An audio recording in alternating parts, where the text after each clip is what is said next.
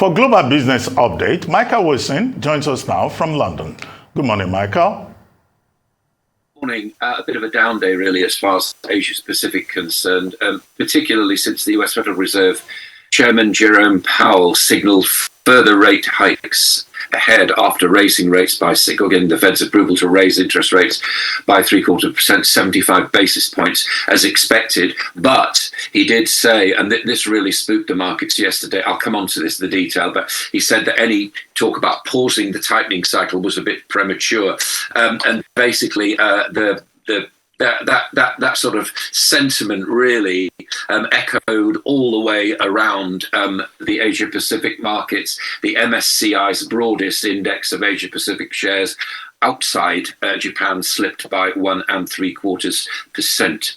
Now, what are companies doing about the sort of stop-start China economy, because they've got this zero COVID policy? As soon as they find a case of it, they tend to close things down. Well, apparently, companies are moving ahead with their supply chain diversification. They're actually altering their business models to try to deal with all this. Other countries, as you know, are slightly more relaxed about COVID and learned to live with it. Beijing has maintained its stringent zero COVID policy, and that's felt to be a bit of a slowdown. For example, Foxconn, which is an Apple supplier, that actually shut down as well. However, major lenders like Standard Chartered and HSBC have expressed confidence in the rebound of the China economy and also Hong Kong, even as China is ramping up its anti-COVID measures. So they feel as though that kind of coping with the stop-go economy is going to work. But both banks did acknowledge that the slowdown in China's real estate sector is a sticking point, but one that lenders will actually work through. We haven't talked about that for a few weeks, but it's still there in the background. Russia has resumed its participation in the Ukraine grain export deal. Ukraine's energy infrastructure has become seriously damaged. That's the sort of meanwhile, really. Russia has said it will resume its participation in that, but the President Zelensky has been saying that about 40% of the country's entire energy infrastructure has been seriously damaged by Russian missile and drone attacks. I think this is quite important. Here's Maersk. They are the world's biggest container company based in Denmark. They're warning of dark clouds on the horizon. Now, they have achieved decent results, but that's not the reason I'm really including them. It's because I think that these are the sorts of companies that give you granular advice about what's actually happening in the world, because they are dependent upon supply chains, because they create supply chains. And if they think there's going to be a slowdown, there probably is. They think that there'll be dark clouds on the horizon. They think that the supply chains will weigh on consumer purchasing power. And of course, that affects global transportation as well. So stock futures slightly higher last night and into today, but no question that, as expected, the Fed increased interest rates by 0.75%. The problem is that we're not quite sure about what Jerome Powell is actually saying. He, as I said right at the beginning of all this, he seemed to say that any thought of the slowing down in this interest rate rising cycle was misplaced, and they will be just as firm as they are. Thus, Qualcomm, Roku, and Fortinet slipped after reporting disappointing results. Again, Qualcomm, one of those kind of indicators, because of the way they actually, Dow Jones was down 500 points yesterday, but Jerome Powell did intimate that there would come a time when these interest rate rises would slow. Well, I think we can all work that out. Still, the question is when, and we don't know that. Twitter is ready now, just bought by Elon Musk, as you know. Is it going to ready to cut by about 3,700 employees? What they're actually doing there, they've got consultants in, and they're talking about maybe cutting some of the senior executive jobs, but they do need engineers, because if you remember, Musk wants to introduce this certification program whereby you pay Twitter money, and you get a sort of tick against your against your entry, which is a sort of way of self-approving, really, in lots of ways. Again, whether you think that's a good idea or not, I mean, I firmly believe that what Twitter needs to do is to be regulated, but of course that's a long way down the line. I'll take you to the EU, and just a quick one again, another granular. This is Germany's biggest department store filing for bankruptcy protection again. This is called Galeria Karstadt Kaufhof. The billionaire owner, it is the co-owner of Selfridges in London, and he's already taken 2 bailouts from the government worth 680 million euros. That's 131 stores and 17,400 staff. Okay, to the UK. Interest rates predicted to rise today quite sharply as the Bank of England, the sharpest rise since Black Wednesday, actually. And the bank is expected to increase its benchmark rate from 2.25% to 3%. This would be the 8th consecutive increase since December, and it would also mark the biggest increase since 1989. Analysts have been suggesting rates could reach 4.75% by the end of the year. More granular evidence from the United Kingdom. Construction slowdown, as reported by the Royal Institution of Chartered Surveyors. The pandemic rebound is actually gradually slowing. The RICS is well known for the accuracy of its forecast. The value of products has fallen down about 5%. Meanwhile, the Prime Minister, Rishi Sunak, has said, yes, he will go to Egypt, to the COP27 conference there. He's saying that long-term prosperity depends on climate change.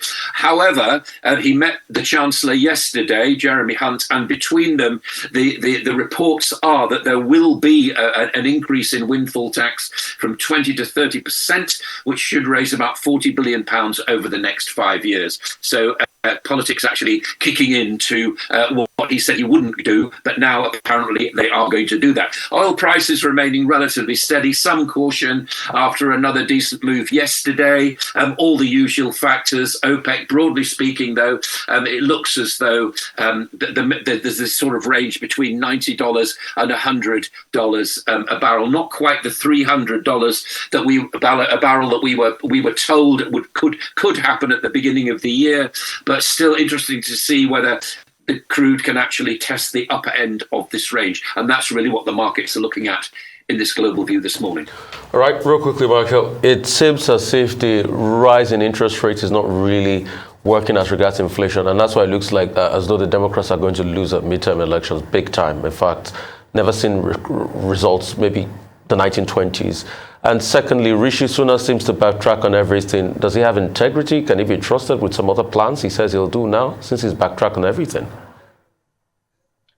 I can't speak for Mr. Sunak. He is a politician, and politicians change their mind depending on what the political view is. I think that generally speaking, what his advisors were saying yesterday, he said, look, we've discussed this autumn statement that's going to happen on November the 17th, and lo and behold, he has found time to actually go to this conference. I mean, I would have thought the question rather is the conference going to achieve anything more than COP26? Can you remember what happened at COP26? I can't.